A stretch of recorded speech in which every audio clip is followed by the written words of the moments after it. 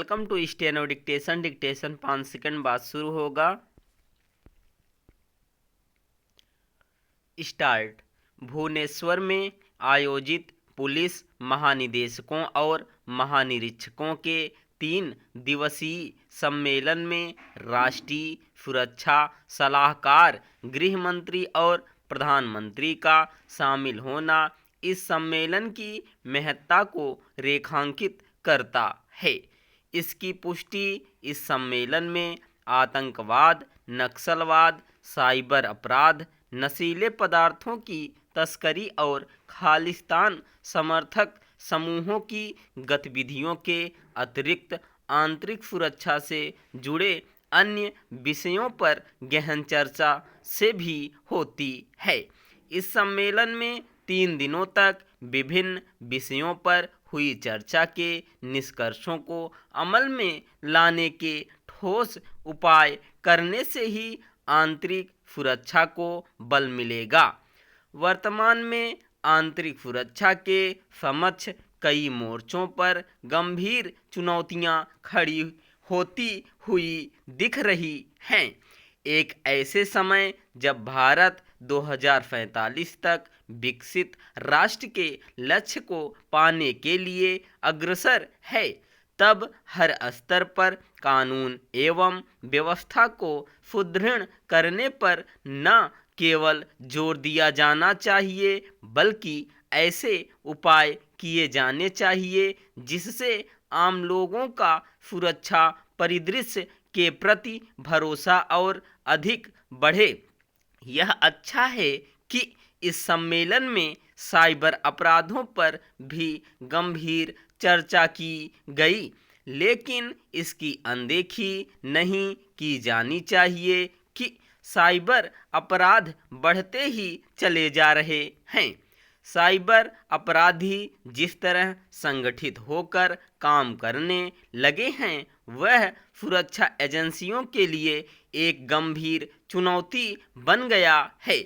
यह कहने में संकोच नहीं होना चाहिए कि फिलहाल हमारी सुरक्षा एजेंसियां साइबर अपराधियों पर लगाम नहीं लगा पा रही हैं। यह ठीक है कि साइबर अपराधों के प्रति लोगों को भी जागरूक होने की आवश्यकता है, लेकिन इसके साथ ही सुरक्षा एजेंसियों को साइबर अपराधियों के दुस्साहस का दमन भी करना होगा। अभी ऐसा नहीं हो पा रहा है। सुरक्षा एजेंसियों को एक ओर साइबर अपराधियों पर लगाम लगानी होगी और दूसरी ओर साइबर सुरक्षा के तंत्र को और अधिक मजबूत भी बनाना होगा, क्योंकि साइबर सुरक्षा में सेंधमारी भी एक बड़ी समस्या बन रही है। इस समस्या से निपटना इसलिए कठिन है क्योंकि अक्सर यह सेंधमारी विदेश में बैठे साइबर अपराधियों की ओर से की जाती है। यह उम्मीद की जानी चाहिए कि पुलिस महानिदेशकों और महानिरीक्षकों के सम्मेलन में पाकिस्तान प्रेरित और प्रायोजित आतंकवाद से प्रभावी ढंग से निपटने के जिन उपायों पर चर्चा हुई होगी, उनका असर जम्मू कश्मीर में देखने को अवश्य मिलेगा।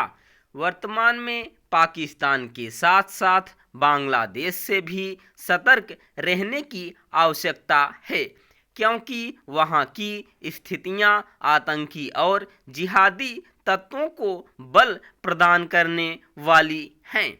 निश्चित रूप से पिछले कुछ वर्षों में नक्सलवाद पर एक बड़ी हद तक लगाम लगी है, लेकिन उसे पूरे तौर पर पस्त करने की आवश्यकता है ताकि नक्सली संगठन स्वयं को फिर से संगठित कर सिर न उठा सकें।